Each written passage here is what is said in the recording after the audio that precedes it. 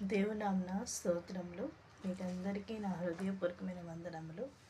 Praise the Lord. చాలా సంతోషం. ఈరోజు దేవుని సన్నిధికి వెళ్ళగలిగే కృప ఇచ్చారు. కృప దయచేసినందుకు స్తోత్రం స్తోత్రం స్తోత్రం స్తోత్రం స్తోత్రం స్తోత్రం స్తోత్రం.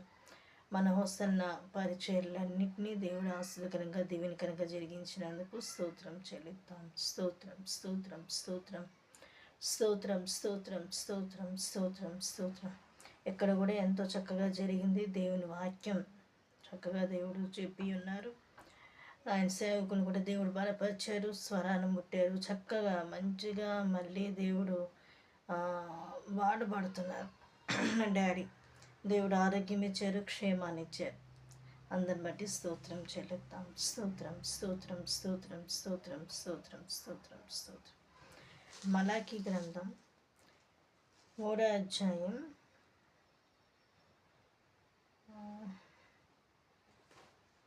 4వ అధ్యాయంలో 2వ వచనం నుంచి మనం చదువుకుందామండి. అయితే నా నామమందు భయభక్తులు గల వారగు మీకు నీతి సూర్యుడు ఉదయించను, అతని రెక్కలు ఆరోగ్యం కలుగచేయును గనక మీరు బయలుదేరి క్రొవ్విన దూడలు గంతులు వేయనట్లు గంతులు వేయుదురు. ఆమేన్. దేవునికి స్తోత్రం. ఎంత చక్కటి మాట. భయభక్తులు కలిగి ఉంటే నీతి సూర్యుడు మన యేసయ్య ఉదయిస్తాడు.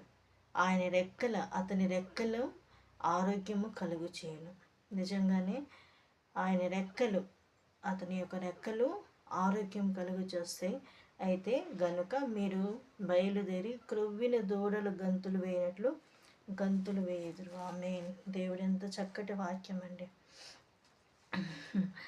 నిజంగా ఆయన కృప లేనిదే మనం క్షణమైనా బ్రతకలేం.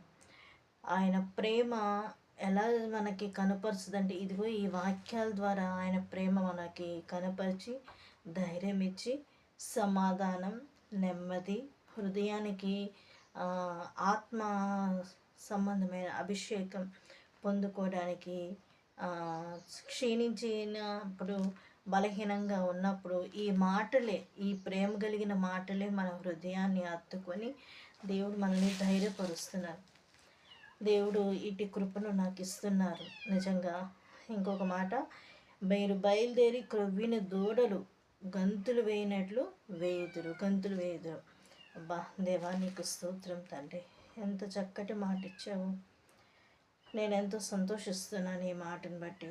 ఎందుకంటే ఇంకొక చదువుకుందాం. నేను నియమింపబో దినమున దుర్మార్గులు మీ పాదముల క్రింద ధూళి వలె ఉందురు. మీరు వారిని అణగద్రొక్కుదురని సైన్యములకు అధిపతి యెహోవా సెలవిచ్చుచున్నాడు.